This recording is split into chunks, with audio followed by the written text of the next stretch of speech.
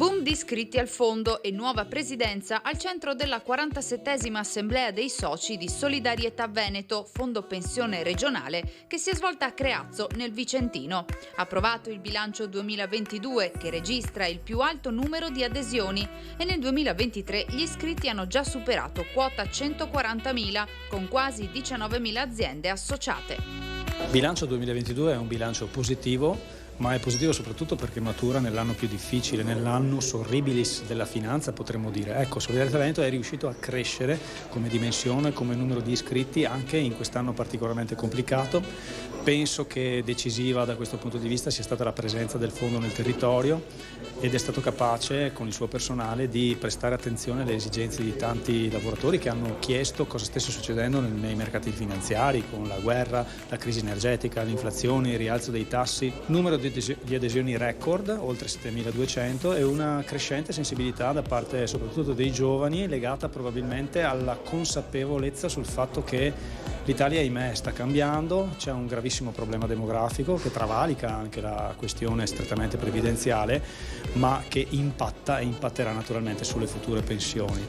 2023 che si apre positivamente, sguardo proiettato al futuro e attenzione al tema della sostenibilità. Abbiamo dei rischi legati soprattutto al mondo bancario e assicurativo, ma anche delle opportunità, perché con i tassi più alti oggi chi comincia e si iscrive al fondo pensione può contare su dei rendimenti della parte obbligazionaria più elevati rispetto al deserto dei tassi a zero di qualche anno fa. Quindi sicuramente per chi comincia oggi una prospettiva di lungo termine più costruttiva,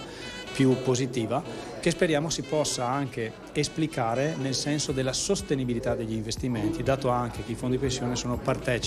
di un'operazione di cambiamento in chiave appunto di sostenibilità anche ambientale, che è importantissima per lasciare ai nostri figli un ambiente non solo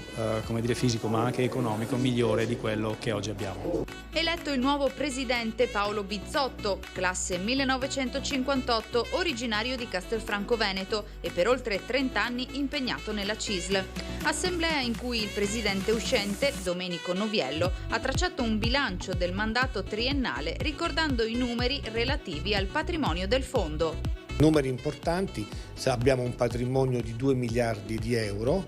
il nostro bilancio che è stato appena approvato del triennio è di 3 milioni di euro, quindi con questi numeri e con il numero delle adesioni il Solidarietà Veneto avrà ancora più successo per il futuro.